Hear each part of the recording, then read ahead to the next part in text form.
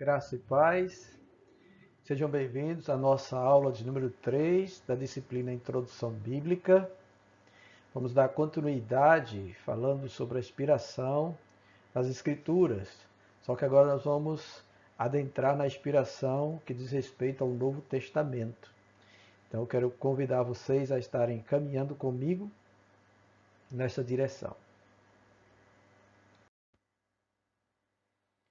No tocante à inspiração do Novo Testamento, tanto os apóstolos como os profetas do Novo Testamento, eles não hesitaram em classificar seus escritos como inspirados, ao lado dos escritos do Antigo Testamento. Então, eles, os apóstolos, aqueles que escreveram as suas cartas, identificaram que o seu conteúdo, aquilo que eles escreveram, também foram dados a eles pelo Espírito Santo, a fim de edificar o povo do Senhor.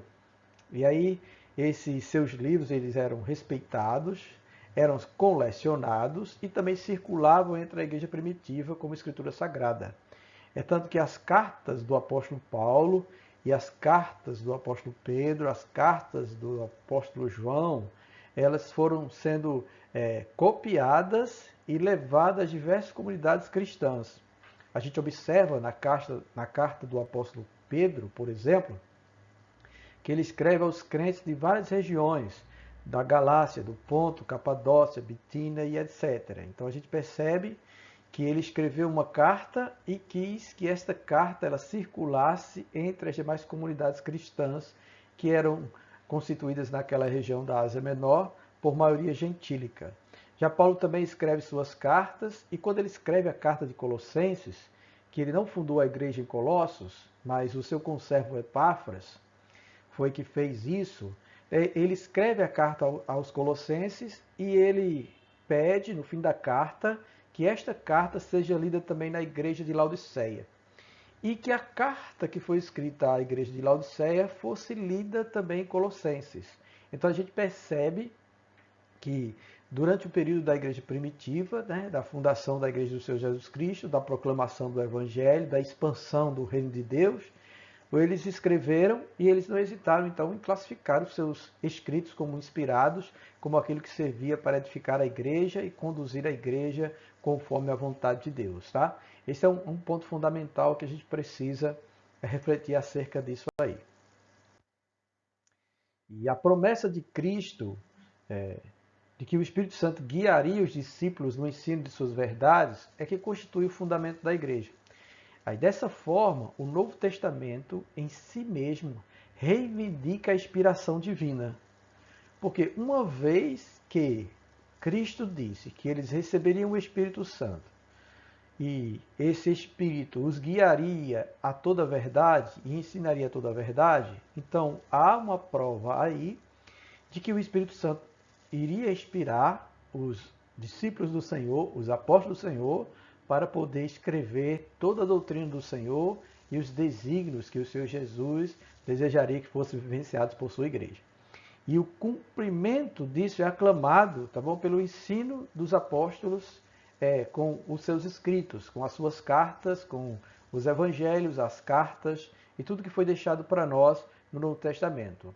O texto que atesta sobre isso é o texto do Evangelho de João, no capítulo 16, do verso 12 ao 14, onde Cristo diz assim: ainda tenho muito que vos dizer, mas vós não podeis suportar agora. Então, veja bem, ainda havia um ensino a ser transmitido por Cristo, mas os discípulos não estavam prontos para receber aquele ensino naquele momento.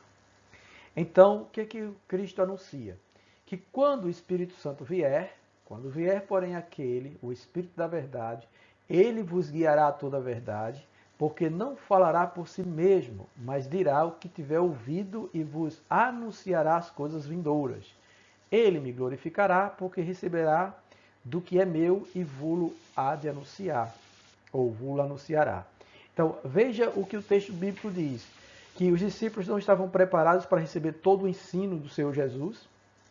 Aí então, ele fala que vem o Espírito Santo, que ele vai enviar da parte do Pai, ele rogará a Deus e enviará o Espírito Santo sobre eles, que vai guiar toda a verdade, E isso porque ele não vai falar por si mesmo, vai dizer tudo o que tiver ouvido e vai também anunciar as coisas que hão de vir, as coisas que ainda irão acontecer.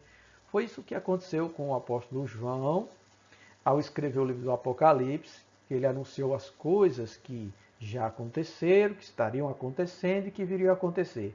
Também as revelações que o Espírito faz ao apóstolo Paulo acerca da vida futura, da escatologia, do fim dos tempos, onde ele escreve sobre ressurreição, 1 Coríntios capítulo 15, e as demais doutrinas que diz respeito ao fim de tudo, aquilo que vem a acontecer depois, né? E aí, então, esse Espírito, ele inspira os autores do Novo Testamento para escreverem toda a verdade do Senhor, aquilo que ele tiver recebido da parte de Cristo, que os discípulos ainda não podiam suportar naquele momento, mas que ao longo da sua caminhada foi revelado a ele. Por isso também que a gente diz que a igreja ela é fundamentada na doutrina de Cristo e dos apóstolos, tá? O fundamento da igreja é a doutrina de Cristo e a doutrina dos apóstolos, porque o Espírito Santo os inspirou para trazer a verdade que ainda faltava a estar presente nos escritos sagrados a fim de edificar a igreja do Senhor Jesus Cristo.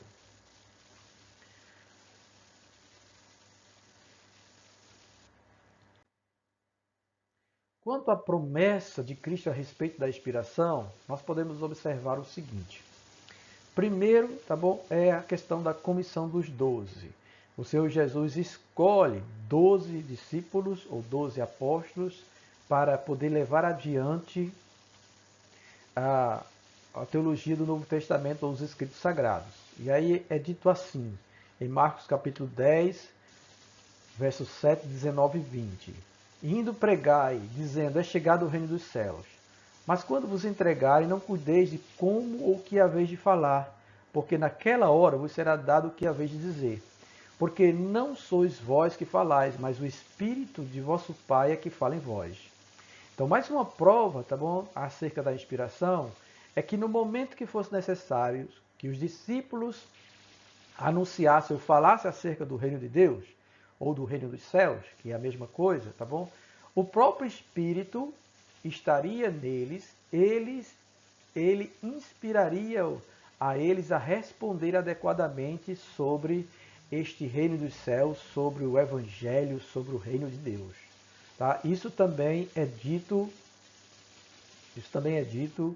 no Evangelho de Lucas, no capítulo 12, versos 11 e 12.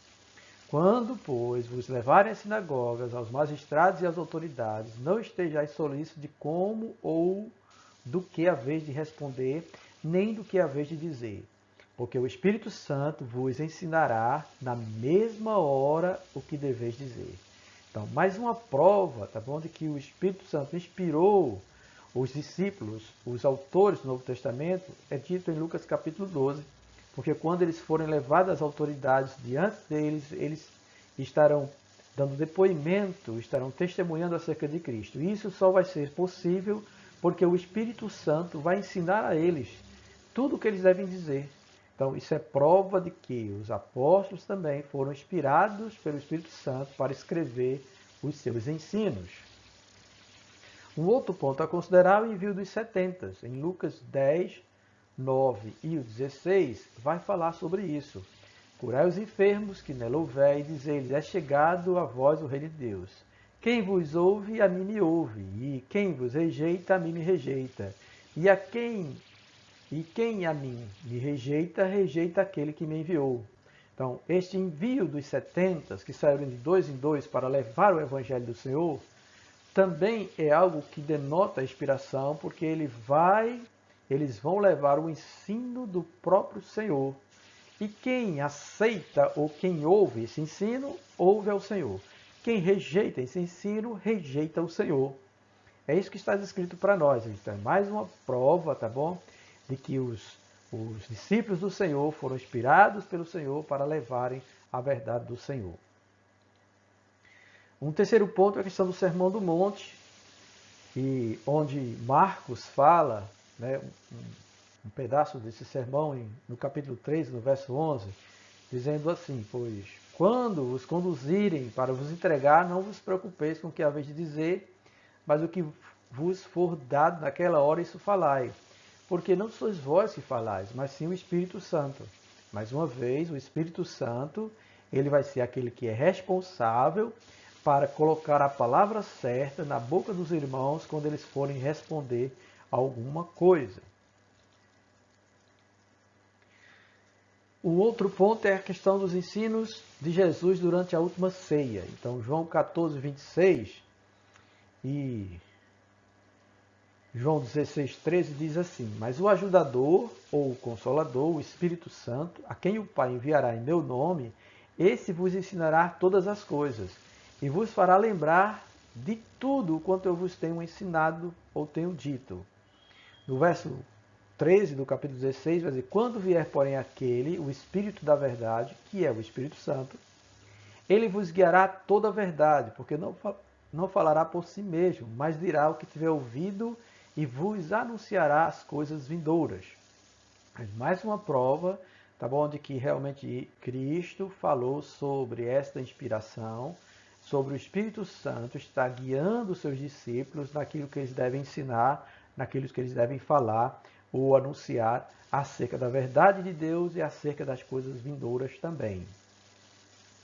E por fim, a grande comissão, que está registrada no Evangelho de Mateus, no capítulo 28, do verso 19 ao 20, que diz assim: portanto, ide e fazei discípulos de todas as nações, batizando-os em nome do Pai, e do Filho e do Espírito Santo, ensinando-os a observar todas as coisas que eu vos tenho dado ou mandado. E eis que eu estou convosco todos os dias até a consumação dos séculos. Mais uma prova também de que o Senhor estaria presente com os seus discípulos é a questão dele ter rogado ao Pai que o Espírito Santo estivesse em nós até o dia da sua volta. Então, a presença de Cristo está sendo testificada por esse Espírito Santo que nós habita até a consumação dos séculos. E ele vai nos guiar e fazer com que a gente transmita o ensino de Cristo até o fim dos nossos dias e até o fim do mundo. Tá? Essa é a promessa que Cristo fez acerca da inspiração dos discípulos do Senhor no Novo Testamento. Aí, quando Cristo fez isso, os próprios discípulos, então, eles tomaram para si esta verdade e depois da ascensão de Cristo, eles começam a crer nesta verdade, recebem o Espírito Santo em Atos dos Apóstolos, capítulo 2, para serem testemunhas do Senhor. Daí então, eles mesmos afirmam, tá bom, estarem dando prosseguimento ao ensino de Cristo. A gente há de pensar que o livro, ou cada livro do Novo Testamento, tá bom, foi escrito após a experiência que eles tiveram. Então, quando a gente pensa no livro de Atos dos Apóstolos, a gente pensa que primeiro eles vivenciaram tudo aquilo e depois então Lucas resolve escrever tudo aquilo para testificar. Então, quando ele passa a escrever e a contar os fatos como aconteceram, ele está, junto com os demais, abalizando, atestando que se cumpriu sobre ele essa promessa dada por Cristo de que o Espírito Santo os guiaria. E os textos para isso são Atos do Apóstolo capítulo 1, verso 1, conforme Lucas 1, 3 e 4, e também Atos dos Apóstolos capítulo 2, verso 42, Efésios 2, 20, conforme também 3, 5. O que quer dizer isto? Lucas escreveu o Evangelho e depois escreveu o livro de Atos. E aí, quando ele escreve o livro de Atos, ele fala: eu fiz o primeiro tratado. Esse primeiro tratado é o Evangelho de Lucas. Tá? E ele escreveu para uma pessoa chamada Teófilo, acerca de tudo quanto Jesus começou a fazer e ensinar. Então, se o Evangelho não fosse inspirado, o Evangelho de Lucas não fosse inspirado, Lucas não estaria fazendo menção dele agora no livro de Atos. Então, ele considera que o seu Evangelho é inspirado. E no capítulo 1, verso 3, também diz assim: Também a mim, depois de haver investido tudo cuidadosamente desde o começo, pareceu-me bem, ó excelentíssimo Teófilo, escrever-te uma narração em ordem, para que conheças plenamente a verdade das coisas em que fosse instruído.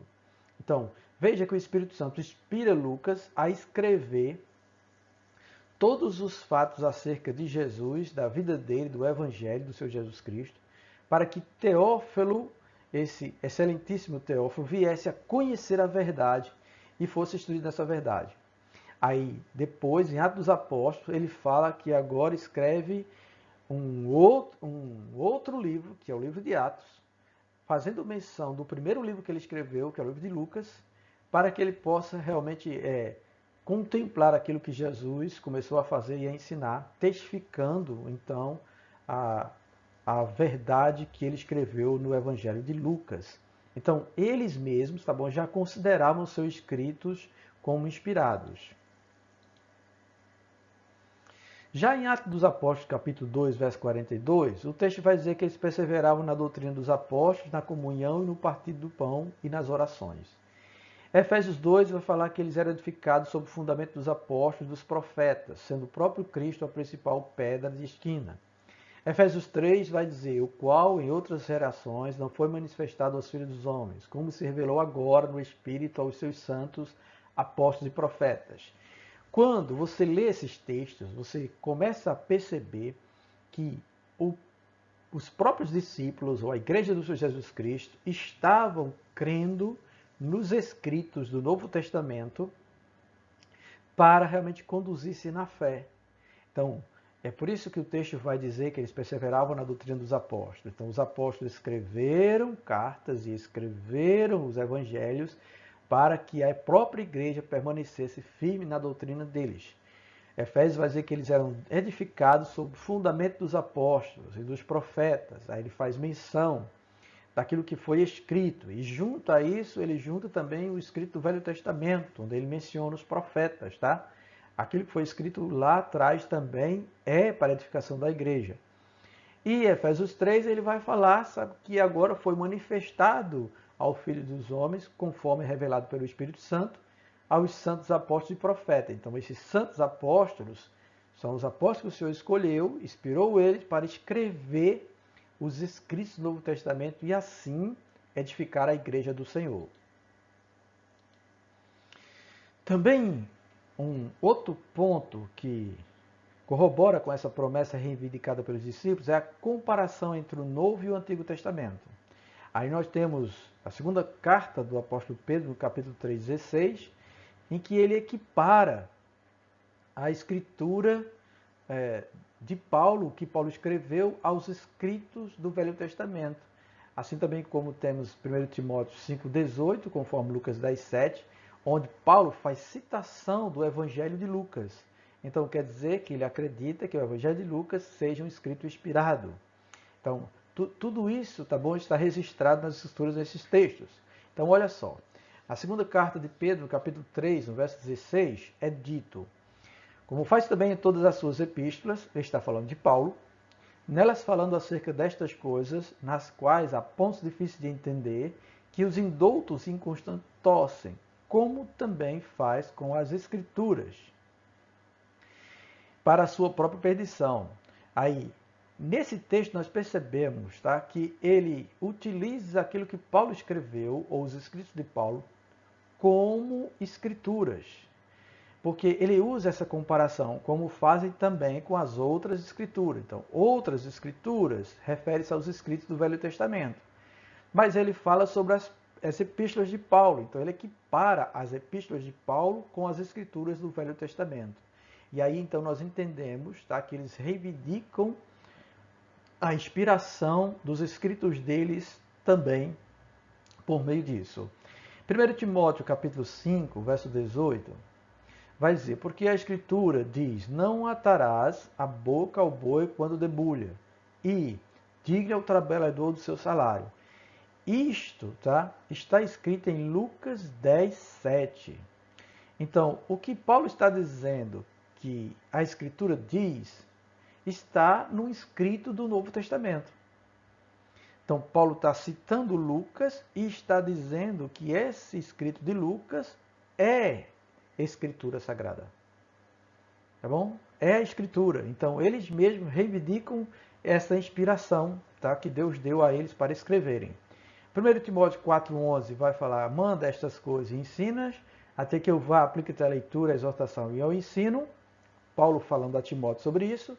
E quando ele está fazendo referência a estas coisas, está falando aquilo que ele escreveu. Aquilo a qual ele chamou a atenção para que Timóteo viesse a realizar. Então ele está novamente apontando para os seus escritos, tá? Os escritos dele, do apóstolo Paulo. E a reivindicação direta de inspiração nos livros do Novo Testamento. Nós vamos ver aí Mateus 1:22, também o capítulo 2, verso 15 e 17, Marcos 1:2, Lucas 1:1 e 2, João 20:31 e 21:24, que vai dizer assim.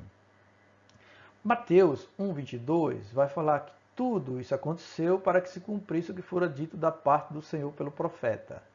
Então, eles começam a escrever o seu evangelho, já atentando para que o que ele está escrevendo foi inspirado por Deus como forma de cumprimento daquilo que Deus já anunciava antes. Já Mateus 2,15 vai dizer: lá ficou até a morte de Herodes para que se cumprisse o que fora dito da parte do Senhor pelo profeta. Do Egito chamei o meu filho. Então, estas coisas, tá bom? Os próprios evangelistas já estavam cientes que seus escritos, eles estavam junto, do mesmo pé de igualdade com os escritos do Velho Testamento, como sendo inspirados. E aí, o Mateus 2,17 faz: cumpriu-se então o que fora dito pelo profeta Jeremias. E aí completa lá o que foi dito pelo profeta Jeremias. E a gente entende então que o Novo Testamento, ele é o complemento e a explicação das coisas que foram anunciadas no Velho Testamento. Daí então era necessário que houvesse a inspiração dos seus discípulos para poderem linkar a mensagem do Velho Testamento com aquilo que estava sendo revelado a eles. Em Marcos 1:2 vai dizer: conforme estava escrito no profeta Isaías: eis que envio ante a tua face o meu mensageiro que há de preparar o teu caminho. Então, e esse mensageiro a gente sabe que é João, o Batista, que preparou o caminho do Senhor. Então, novamente, ele está fazendo a ligação dos escritos do Velho Testamento com o Novo Testamento. Ele está atestando que aquilo que ele está escrevendo é cumprimento do Velho e, por isso mesmo, também é inspirado.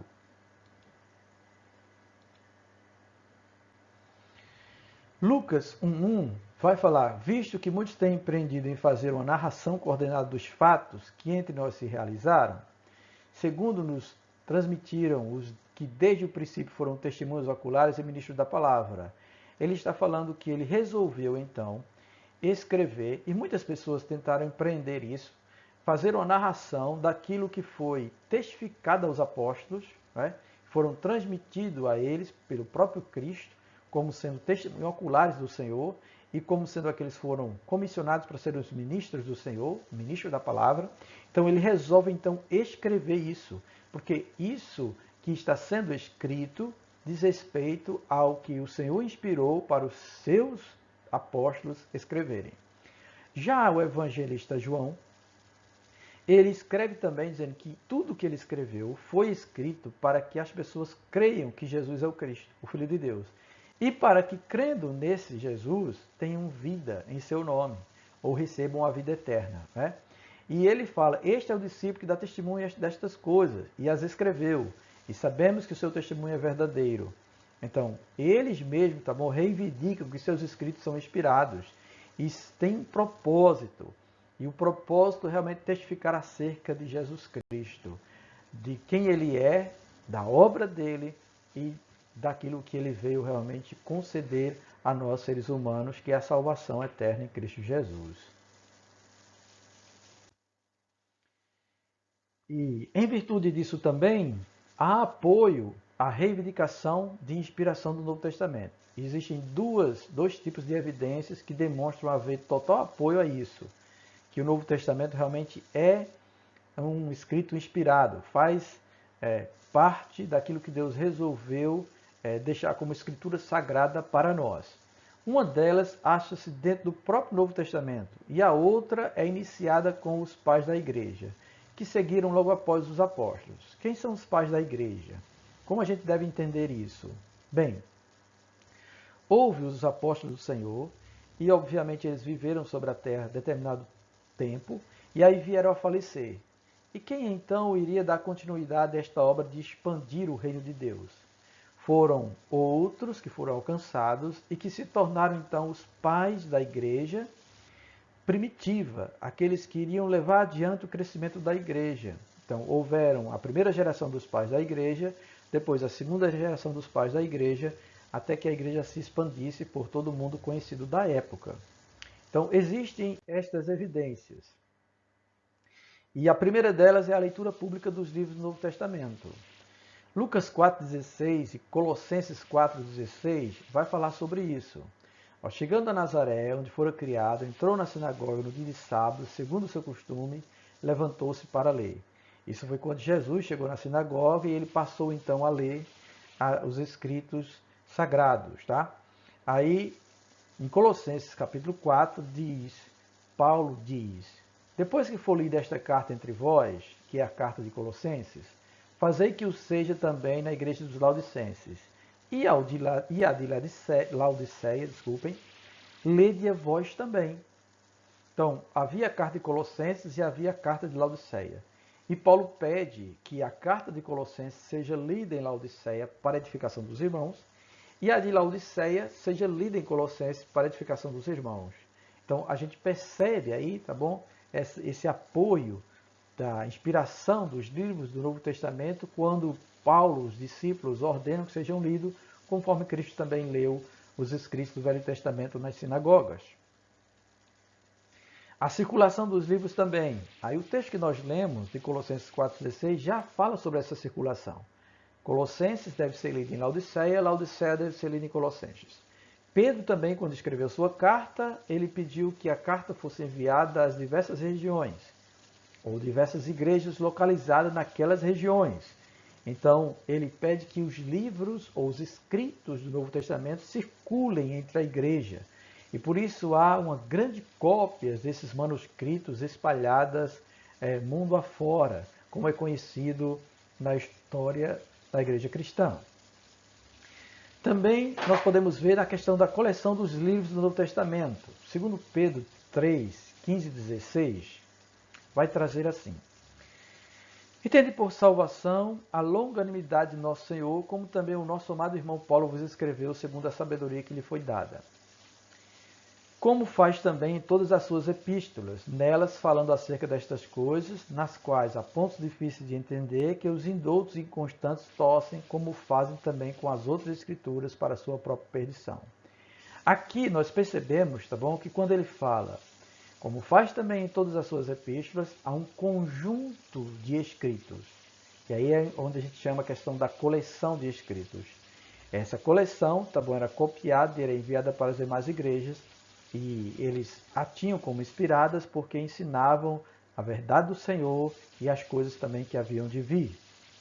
Embora que para alguns falsos mestres, eles não entendiam o que Paulo estava anunciando nas suas cartas e até distorciam o sentido das cartas, como ele escreveu aos Coríntios, no capítulo 15, acerca da ressurreição, onde alguns já estavam atestando que a ressurreição dos mortos não existia, e por isso mesmo ele faz um tratado no capítulo 5 sobre a ressurreição, e falando que se não houver ressurreição, então Cristo também não ressuscitou, e vã é a nossa fé. Então ele fala estas coisas. E esta carta, tá bom? Ela faz parte de uma coleção de escritos que o próprio apóstolo Paulo escreveu para a edificação da igreja do Senhor Jesus Cristo.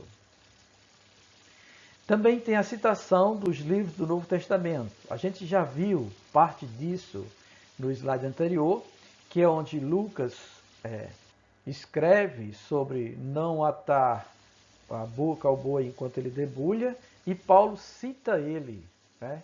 Cita ele, assim como Judas também cita a carta de Pedro. Então veja bem, onde tem 1 Timóteo 5,18, porque diz a Escritura, não atarás a boca ao boi quando debulha, e digno é o trabalhador do seu salário. Aí Lucas é que cita isso. Lucas é que escreve sobre isso. E Paulo cita Lucas 10:7. Judas 1,18 fala que nos últimos dias haverá escarnecedores andando segundo as suas ímpias paixões. Isso está escrito, tá bom, na segunda carta de Pedro, né? Onde ele fala sobre isso, que virão nos últimos dias escarnecedores. Então, liguem, tá bom, esta questão de escarnecedores, nos últimos tempos haverá escarnecedores, onde Judas fala sobre isso, ó, nos últimos tempos haverá escarnecedores. Aí Pedro já havia escrito sobre isso, que nos últimos dias virão escarnecedores. Então, Judas está citando um escrito do Novo Testamento que faz parte da segunda carta de Pedro. Então, isso, irmãos, é o que nós temos, então, de apoio à reivindicação, tá, de inspiração do Novo Testamento. Isso é o que nós temos como testificação. Já o livro de Atos vai falar sobre o primeiro tratado, então ele está apontando para o Evangelho de Lucas. 1 João também fala o que era desde o princípio, o que ouvimos, o que vimos. Esta expressão, o que era desde o princípio, que os olhos deles viram, que contemplamos com as mãos, faz menção ao verbo do Evangelho de João, capítulo 1. Então, o próprio João está citando seu escrito que ele escreveu no Evangelho. E 1 Coríntios 5, 9 vai falar, já por carta vos escrevis que não vos comunicasse com os que se prostituem. Aí isso também tá, e uma citação que Paulo faz acerca, ele já havia escrito sobre isso. Então, a primeira carta aos Coríntios que nós temos, nós entendemos por esse verso que não é a primeira carta, é a segunda carta, porque já havia sido escrita uma carta antes. Então, Paulo está citando algo da primeira carta que ele escreveu, que se perdeu. Nós não temos menção onde ela está. Posso ser que Deus venha revelar esta carta no futuro, como foi descoberto os manuscritos em Qumran recentemente. Boa parte dos manuscritos da Escritura Sagrada estavam dentro de vasos. Quem sabe, mais na frente, também alguém resolveu esconder esta carta ou guardar esta carta tão meticulosamente que ninguém agora sabe onde está. Mas possa ser que no tempo futuro Deus a revele para testificar da veracidade das Escrituras Sagradas. Isso obviamente não vai alterar a Escritura que nós temos, mas o que nós temos em mente é que aquilo que foi deixado e que hoje constitui a Bíblia Sagrada é suficiente para nós, tá bom? É suficiente para nós. E aí vemos também a reivindicação de inspiração na igreja primitiva. Os primeiros pais que citam os textos do Novo Testamento. Aí nós temos a Epístola de Barnabé, que cita Mateus 26, 31, como aquilo que Deus disse. Também Clemente de Roma, um outro pai da igreja, em sua epístola aos Coríntios, chama os sinóticos de Escritura. Os sinóticos são os evangelhos, tá bom? Entre outros. Então fica evidente o uso que os pais fizeram do Novo Testamento na igreja primitiva. Eles citavam esses documentos, esses escritos, e tinham eles como inspirados. Também a segunda geração dos pais da igreja, que é Justino Marte, Irineu e Clemente de Alexandria, também eles consideravam os evangelhos a voz de Deus, né? Na obra contra as heresias, Irineu indica os evangelhos, a inspiração dos evangelhos, e Clemente de Alexandria classifica os escritos do Antigo Testamento e Novo Testamento como igualmente inspirados. Então eles também atestavam acerca da inspiração do Novo Testamento. Resumindo então, a inspiração do Novo Testamento baseia-se na promessa de Cristo de que seus discípulos eles seriam dirigidos pelo Espírito Santo em seus ensinos a respeito do Senhor, e sendo assim, desde os primórdios do início dos registros cristãos, tem havido apoio unânimes à doutrina da inspiração do Novo Testamento em igualdade de condições com o Antigo Testamento. Então, tanto o Novo Testamento quanto o Antigo Testamento são inspirados por Deus, e aí nós temos a Bíblia completa, tá? Inspirada por Deus. E é isso que a gente deve ter em mente quando estivermos com a nossa Bíblia Sagrada fazendo uso dela para a nossa edificação. Chegamos então ao fim da nossa terceira aula. Eu aconselho você a estar revendo toda essa videoaula novamente para poder depois responder à avaliação que será proposta e que estará na descrição deste vídeo. Deus abençoe vocês e até a próxima aula.